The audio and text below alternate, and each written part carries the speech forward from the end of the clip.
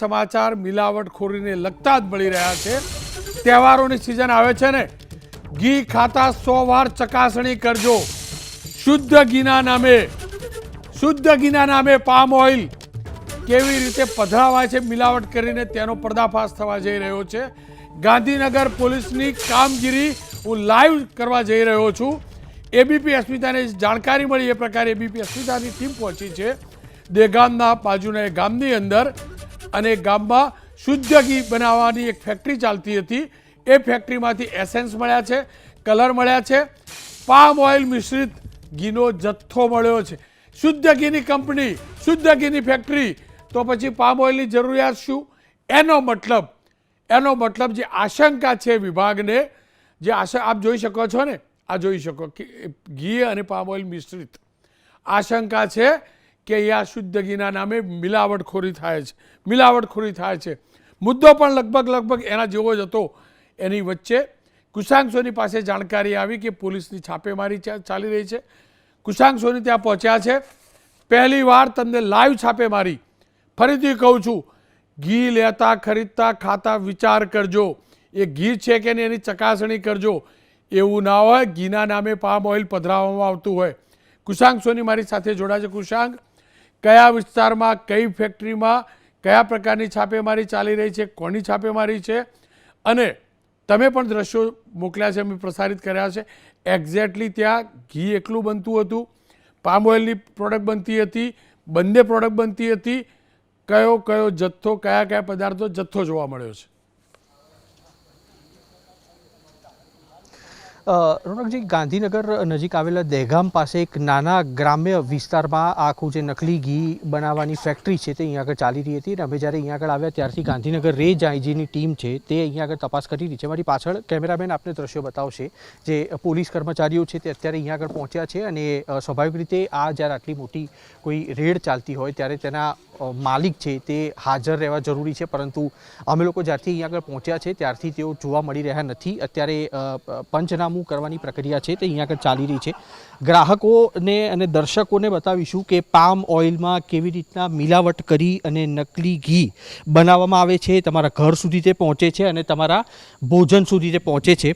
આપ અહીંયા આગળ દ્રશ્યો જુઓ। આ એબીપી અસ્મિતા પ્રથમ વખત આખો ઘટસ્ફોટ અહીંયા આગળ કરવા જઈ રહ્યું છે। આ મોટા અહીંયા આગળ જે સાધનો જોઈ રહ્યા છો, અહીંયા આગળ મિલાવટની જે પ્રક્રિયા છે તે અહીંયા આગળ કરવામાં આવતી હતી। અને પામ ઓઇલ જે સ્વાભાવિક રીતે વડીલો હતા તે ઘી કેવી રીતના બનાવતા હતા, દૂધમાંથી ઘી છે તે બનતું હતું, પરંતુ આ જુઓ, આ પામ ઓઇલમાં આ પ્રકારે આ જે મિશ્રણ છે તે અહીંયા આગળ કરવામાં આવે છે, અને એસન્સ, કલર સહિતની જે સામગ્રીઓ છે તે અહીંયા આગળ ઉમેરવામાં આવે છે। તે બાદ આખું જે ઘી છે તે અહીંયા આગળ બનતું હોય છે। આપ દ્રશ્યો જુઓ, આ ફેક્ટરીમાં આ પ્રકારે કામગીરી અહીંયા આગળ કરવામાં આવતી હતી। અને એટલું જ નહીં, પેકેજિંગ, મેન્યુફેક્ચરિંગ એ બધું એક જ જગ્યા પર કરવામાં આવતું હતું। આ વેપારીઓ જે અહીંયા આગળ હશે તેમણે અહીંયા આગળ કેટલો માલ સામાન રાખ્યો છે તે જોઈને આપને અનુમાન આવતું હશે કે તે કઈ જગ્યા પર આ પ્રકારે પેકેજિંગ છે તે કરતા હશે। આ એ પીપ છે, બેરલ છે કે જ્યાં આગળ પામ ઓઇલ છે તેમાં કલર, એસન્સ અને અન્ય ચીજ વસ્તુઓ છે, પદાર્થો છે તે ઉમેરી અને તેને ઘીના સ્વરૂપમાં નાખવાની,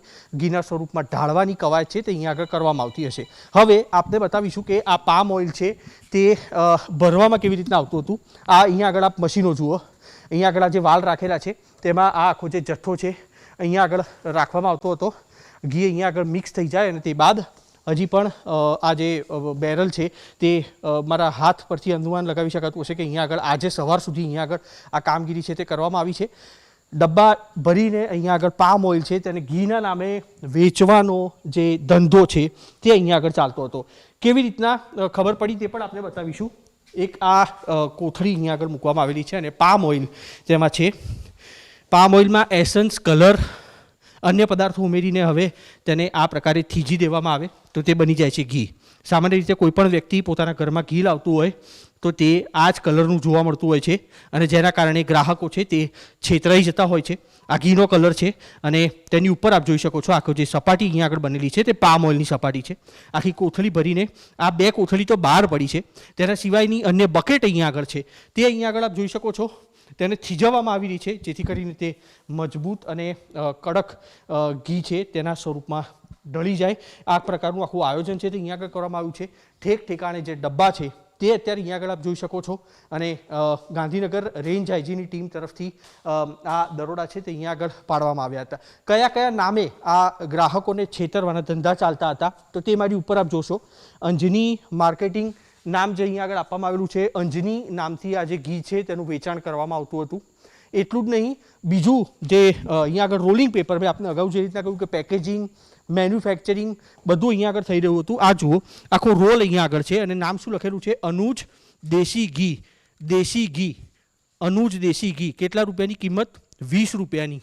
20 રૂપિયાના સેશેમાં આ ઘી છે તે અહીંયા આગળથી ભરી અને લોકો સુધી પહોંચાડવા માટેનું આ કાવતરું હતું. તેનો પર્દાફાશ ગાંધીનગર પોલીસ તરફથી દહેગામ પાસે આવેલું જે ગામડું છે ત્યાં આગળ કરવામાં આવ્યો છે.